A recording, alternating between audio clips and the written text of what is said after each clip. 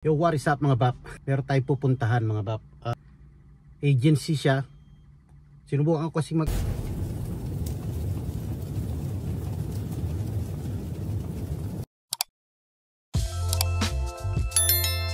meron akong in-applyan na agency mga bap. Bago pa tayo nag-take ng written exam, state test para sa ating CNA. So hindi ko pa alam napapasa ako doon. Nag-try lang ako mag-apply mga bap sa isang agency habang nandun ako sa work, habang downtime. May sumagot na agency, tapos tinanong ako kung kailan ako available for phone interview. So nagbigay ako ng araw, tapos na yon, mga baps, mga nakaraan araw pa yon. Ngayon pinapapunta ako doon for verification of documents na. So di ko alam kung hired na ako o hindi, pero feeling ko hired na ako kasi binigay na yung binigay na yung mga kailangan kong dalhin. Tapos kinuha na rin yung ating account for direct deposit. Yun yung mga baps. Kasi dito pagka mag-work ka, tatanungin kanila kung paano mo gusto makuha yung sweldo mo, like direct deposit or check. So kung may bangko ka, sasabihin mo direct deposit, tapos kukunin nila yung yung account number mo, and so kinuha na yon. And feeling ko talaga natanggap na ako kasi may congratulations na may email ako na congratulations. Pero ngayon pinapapunta ako doon for verification of documents. Siguro yung pinapadala kasi sa akin yung yung license ko, government issued ID, saka yung katunayan na pwede kang mag-work dito sa US. Sa tingin ko wala pa akong masyadong kaalaman dito, pero agency siya. Pero naririnig ko kasi sa mga CNAs, maganda yung agency. Mas magandang agency daw. Pero although may pros and cons siya, pero mas magandang agency, mas mataas ang bigayan, and mas flexible ang oras. So ako naman, habang wala tayong ginagawa nung nakaraan sa work, sinubukan ako nag-apply, tapos may tumawag naman. Kasi kinonsider nila yung sinabi ko na quit na ako ng CNA and magte-test na ako ng CNA state test. So i-consider nila yung tinawagan ako. So ito na nga, dumating ng araw na pinapapunta ako sa office nila for document verification. Pero yung mga schedule, sweldo, wala pa kaming confirmation regarding that.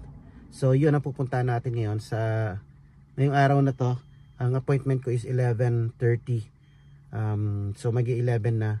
Babiyahe tayo 15 minutes. So yun, samahan nyo ako mga baps. Tingnan natin kung okay yung offer nila. Pag okay, maaring tanggapin natin, maaring hindi. It depends kasi nga yung schedule natin mga bap, palaging nagva-vary sa schedule natin, dahil ako lang talaga yung pwedeng magpanggabi, si manager pang umaga lang talaga siya kasi hindi siya nagda-drive. So yun ang kino-consider din natin. Pero kung bibigyan nila siguro ko na magandang schedule na flexible, tas magandang offer and magandang benefits, so yun, pag-aaralan ko kung anong pwede nating hakbang na gawin. So kailangan natin pumunta ron para ma-clear tayo mga baps. So ayan, umpisa na ito ng mga opportunities, yung sinasabi ko, mas lalo na pagka may license na tayo, pagka naipasa na natin pati yung skill test, tapos registered na tayo or certified, mas marami yung nagiging option natin. Pero for now, dahil siya yung unang sumagot and siya yung una kong in-applyan, yan, tatry natin, in-update ko kay mamaya. So let's go.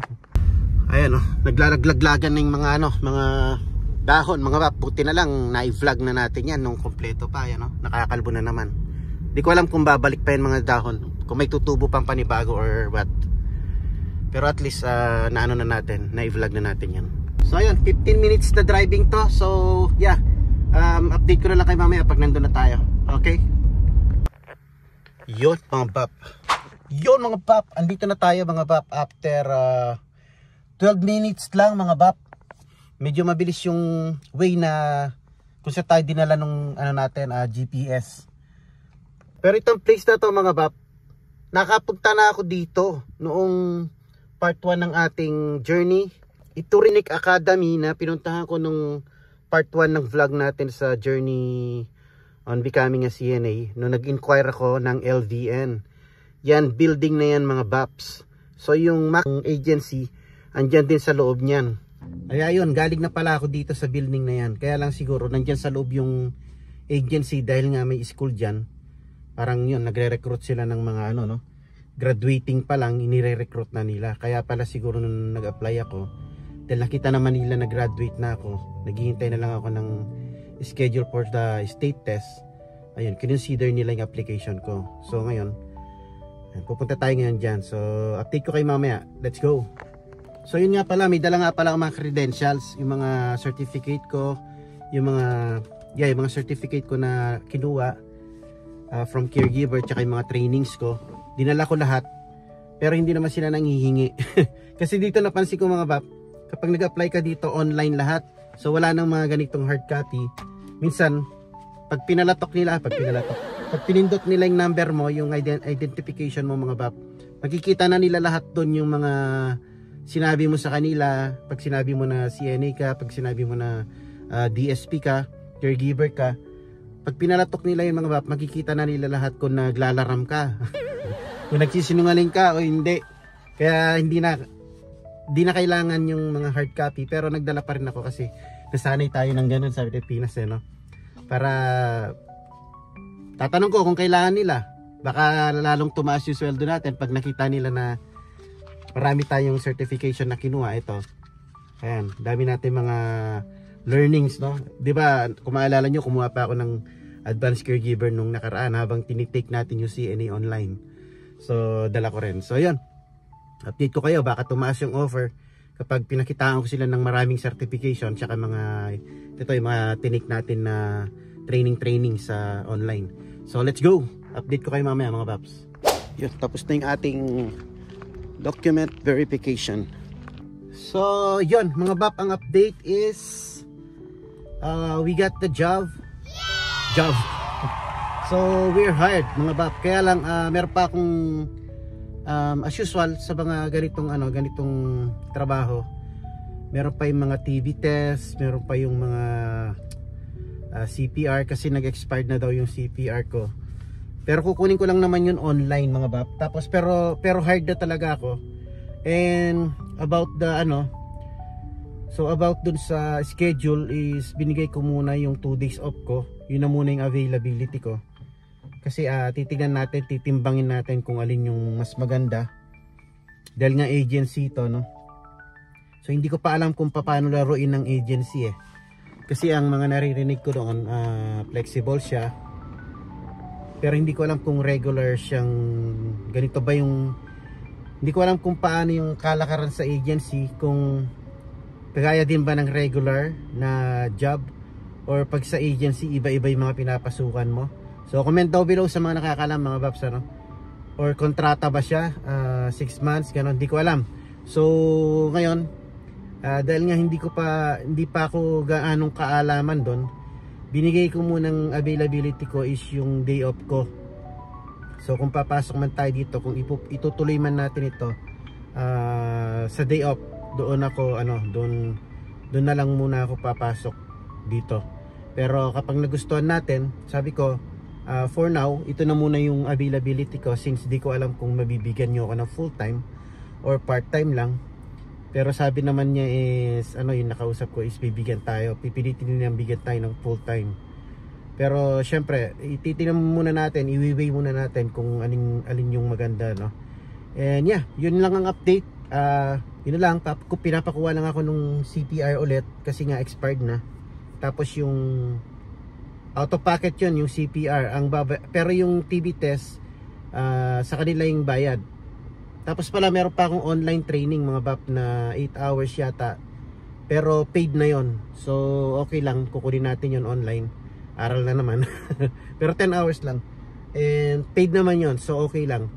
So ayun, i-send yung link sa akin sa email, tapos yun, papasok ako doon, magte-training ako with pay na yon. So yun lang update muna.